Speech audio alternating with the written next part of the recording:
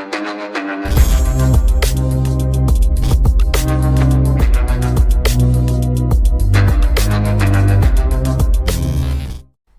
Guys, welcome to my YouTube channel. So guys, आज हम बात करने वाले हैं हर्षद मेहता के बारे में, जिन्होंने कुछ ही अरसे में बहुत ही पैसा कमाया।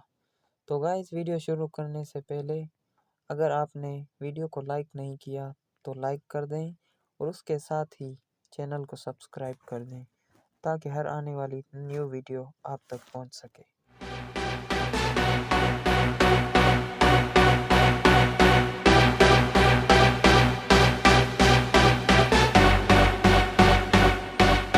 हर्षद मेहता का पूरा नाम हर्षद शांतिलाल मेहता था। इसकी पैदाइश 29 जुलाई 1954 थर्सडे जुमेरात पेनियाली मोती, Rajkot district, Gujarat, India country में हुई थी।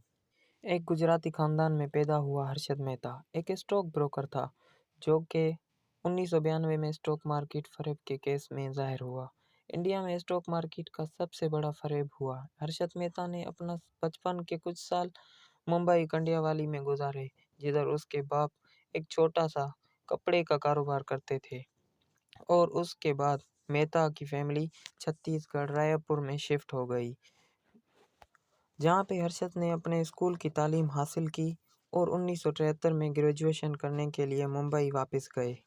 1976 में ग्रेजुएशन मुकम्मल करने के बाद हर्षद ने 8 साल तक मामूली नौकरी की, जिसमें वो एक सीमेंट कॉन्ट्रैक्टर और उसने बनियान का भी कारोबार किया, और उसके बाद डायमंड और इंश्योरेंस क्लर्क के तौर पर भी काम किया, और भी कितनी ही सेल्समैन की नौकरियां की। और उस दौरान जब हर्षद मुंबई की new India insurance company limited के ऑफिस में एक इंश्योरेंस एजेंट के तौर पर काम भी किया, और उसके बाद उसको स्टॉक मार्केट में दिलचस्पी पैदा हुई। 1981 में हर्षद ने अपनी new India insurance company limited की नौकरी छोड़ दी।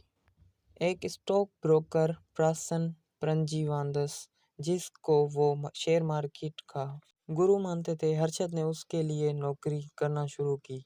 एक शख्स जो कि स्टॉक मार्केट ब्रोकर की तरफ लोगों को लेके आता था, उसका काम शुरू किया। आखिरकार 1984 में हर्षद मेहता मुंबई स्टॉक एक्सचेंज का मेंबर बना, और उसके बाद रिसर्च एंड असाइंट मैनेजमेंट गिरोमोर के नाम से एक स्टॉक ब्रोकरेज शुरू किया। हर्षद के काम करने का अंदाज सादा था। वो गवर्नमेंट सिक्योरिटी मार्केट से एक बड़ी रकम कुछ अरसे के लिए लेकर इन्वेस्ट करता था, और बाद में उनको उनकी रकम वापस करता था। वो उन पैसों को शेयर खरीदने के लिए इस्तेमाल करता था। वो इतना ही तेज था कि उसका शेयर की जल्दी से बढ़ जाती थी, और उसके बाद वो उन शेयर्स को बेच देता था। जब किसी खास सिक्योरिटी की कीमत बढ़ जाती थी, तब लोग हैरान हो जाते थे और उस सिक्योरिटी में जैसे पैसे इन्वेस्ट करते थे, जिसकी वजह से शेयर और भी बढ़ जाता था। उसके बाद हर्षद मेहता ने अपने सारे शेयर आहिस्ता आहिस्ता ख़त्म कर दिए, लूटा हुआ पैसा बैंकों को वापस कर दिया, और बढ़ती हुई सिक्योरिटी के सबब बचने वाली की बड़ी की रकम अपनी जेब में रख दी।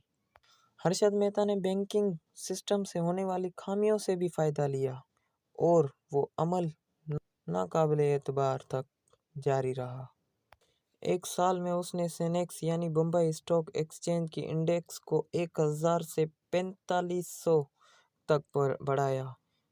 इसने मुख्तलिफ कंपनियों में इन्वेस्टमेंट की, जैसे कि एप्लियोट राइस, Reliance, Tata iron and steel, BPL, Videocon और एसीसी भी शामिल हैं।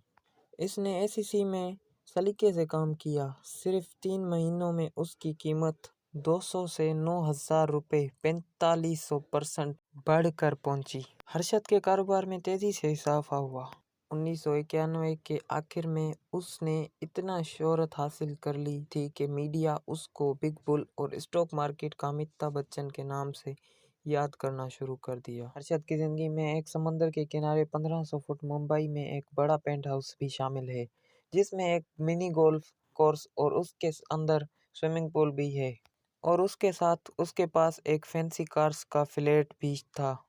और हर्षद मेहता सफ़र के लिए टोयोटा लेक्सस कार इस्तेमाल करते थे, जिसकी रकम 40 लाख तक थी। वो इतनी ऐश व अशरत की ज़िंदगी गुजारते थे कि लोग सिर्फ उसके ख्वाब ही देख सकते थे। हर्षद के लिए चीज़ें आसानी से चल रही थी जब तक कि एक सहाफ़ी सुचिता दलाल इसकी इस ऐश व अशरत वाली ज़िंदगी से मुतासिर हुई। उसने ज़्यादा जांच पड़ताल की। जिस वक्त हर्षद मेहता ने 1000 करोड़ की दौलत साथ की थी। आखिरकार 1992 में हर्षद का पिछला सच पहली बार सुचिता दलाल ने अवाम के सामने लाया। जिस टाइम्स ऑफ इंडिया में एक मजमून ज़ाहिर किया गया कि जिसमें बताया गया कि हर्षद ने 500 करोड़ रुपए कैसे स्टेट ऑफ बैंक इंडिया के खजाने से कैसे फ्रॉड किए हैं। और 1993 में सुचिता दलाल ने खुद लिखा एक किताब में the scam, who won who lost who got away. ये बुक स्कैम के बारे में है। जब हर्षद मेहता का स्कैंडल सामने आया तो जिन बैंकों से कर्ज लेता था उनसे पैसे लेना शुरू किए और शेयर होल्डर ने अपने सारे शेयर बेचना शुरू कर दिए। वो एक बड़ा स्टॉक मार्केट का सबब बना जिसने 2 महीनों से भी कम अरसे में ट्रिलियन इन्वेस्टर की दौलत को धो डाला। सीबीआई नवंबर 1992 में हर्षद मेहता को गिरफ्तार किया गया और उसके साथ उसके भाई सुंदर और अश्विन भी इस स्कैम में शामिल थे।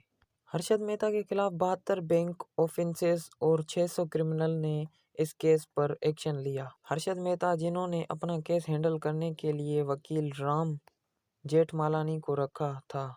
3 महीने जेल में गुजारने के बाद हर्षद को बम्बई हाई कोर्ट से जमानत मिल गई। जेल से आज़ाद होने के बाद हर्षद ने एक प्रेस कॉन्फ्रेंस मुनक़िद की। उसने दावा किया 1 करोड़ की रिश्वत के तौर पे नरसिम्हा राव ने केस में से निकाला और लगाए गए इल्ज़ाम ख़त्म कर दिए। उसके अलावा नरसिम्हा राव के खिलाफ कोई भी सबूत नहीं मिल सका कि उसने रिश्वत ली है। 1992 में आरबीआई ने तहकीक करने के लिए जानकीरामन कमेटी बनाई। तहकीक के बाद INR 4025 करोड़ रुपए के स्कैम की रिपोर्ट हुई। टोटल बताई हुई गई रकम 2020 में जाहिर हुई कि वो रकम 24,000 करोड़ रुपए तक हुई थी। सितंबर 1999 में बम्बई के हाई कोर्ट ने हर्षद मेहता समेत 3 और को 380.97 मिलियन रुपए की फ्रॉड के केस में 5 साल की सज़ा बताई। हर्षद मेहता अपनी ज़िंदगी जेल में ही गुजार ही रहा था कि सीने में दर्द की शिकायत हुई और उसके बाद जेल से सिविल हॉस्पिटल लाया गया। 31 दिसंबर 2001 को हर्षद मेहता दिल की बीमारी सबब हॉस्पिटल में वफात पा गए। जब से ये स्कैम ज़ाहिर हुआ है तब से हर्षद मेहता की ज़िंदगी के मुताबिक कितनी ही फिल्म्स और वेब सीरीज़ रिलीज़ हो चुकी हैं। 2020 में एक Hindi web series scam 1992 the Harshad Mehta story Harshad Mehta की ज़िंदगी के बारे में बताया गया सोनी लाइव पे रिलीज़ की गई थी।